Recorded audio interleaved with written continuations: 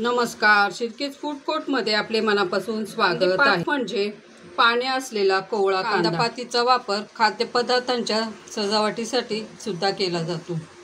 कांद्याच्या भाजीचे विविध प्रकार केले जातात।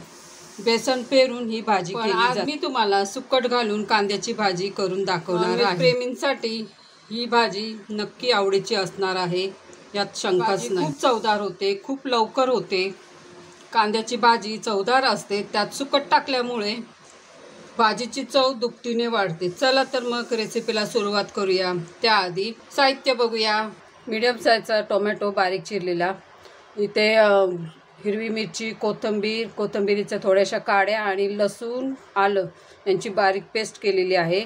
इथं कोकम घेतलेले आहे, मीठ आहे, इथे सजावटीसाठी बारीक चिरलेला पातीचा कांदा आहे, इथे 1 चमचा कांदा लसूण मसाला, 1 चमचा लाल मिरची पावडर आहे, पाव चमचा हळद आहे, पाव चमचा गरम मसाला, इथे मी बारीक 2 कांदे चिरून घेतलेले आहे, 1 वाटी सुकट घेतलेली आहे। ही सुकट मी चाळणीने चाळून घेतलेली आहे आणि साफ करून निवडून ठेवलेली आहे। ही 1 वाटी आहे आणि इथे कांद्याची पात आहे, 1 जोडी बारीक चिरून घेतलेली आहे। फोडणीसाठी तेल घेतलेलं आहे। भाजी मी 2 ते 3 पाण्याने स्वच्छ धुवून घेतलेली आहे। आता आपण भाजीला फोडणी देऊया। तवा गरम झाला, त्यामध्ये आधी सुकट भाजून घेऊया। लालसर भाजून घ्यायची। पण आणली ना की चाळणीने पहिल्यांदा चाळून घ्यायची, पाकडून घ्यायची, काढून घ्यायची, भाजायची। सुकट छान भाजून झाली।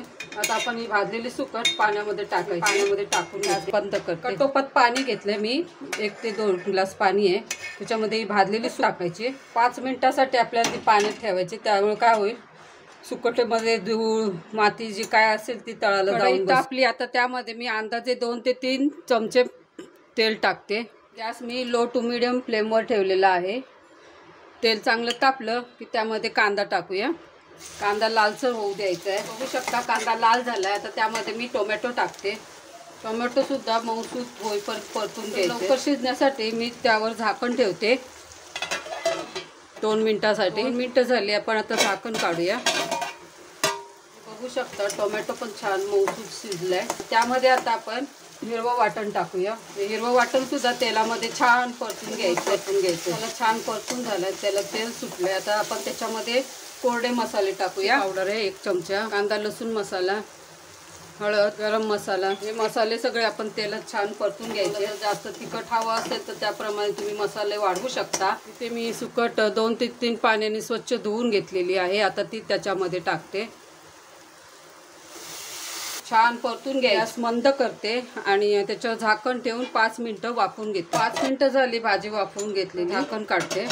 त्यामध्ये चवीनुसार मीठ टाकूया, कोकम टाकूया, पुन्हा 5 मिनिटं झाकण लावून शिजवून घ्यायचे। पाणी अजिबात टाकायचं नाही, कारण आपण आधीच सुकट भाजून घेतलेले छानपैकी, त्यासाठी आपण झाकण ठेवूया।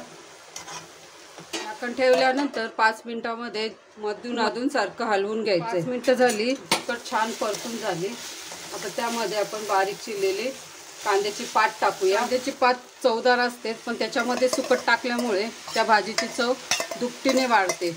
तुम्ही या पद्धतीने नक्की करून बघा। मला ही भाजी कशी वाटली ते कमेंटद्वारे नक्की कळवा। मिक्स करून घ्यायचं आणि अजिबात टाकायचं नाही, कारण आधीच आपण सुकट छान भाजून घेतली, भाजी शिजायला वेळ लागणार नाही। छान मिक्स करून घेतली। भाजीचा जो ओलावा असतो ना, त्या ओलाव्यामुळेच भाजी आपली शिजणार आहे, घालायची गरज नाहीये। भाजीला किती छान कलर आलाय, भाजीला वास पण सुंदर आलेला आहे। मी झाकण ठेवते, पुन्हा 5 मिनिटासाठी झाकण ठेवणार आहे। 5 मिनिटांमध्ये मध्ये आधी बघायचं की झाकण काढून भाजी हलवून घ्यायची। काढते मी।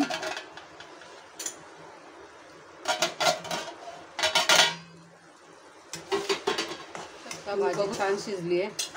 आता याच्यावर झाकण ठेवायचं नाही, यातलं पाणी पर्यंत आपल्याला भाजी शिजवून घ्यायची। 5 मिनिटं ठेवूया। छान कोरडी झाली आहे। मी गॅस घालवलाय, तुम्ही बघू शकता।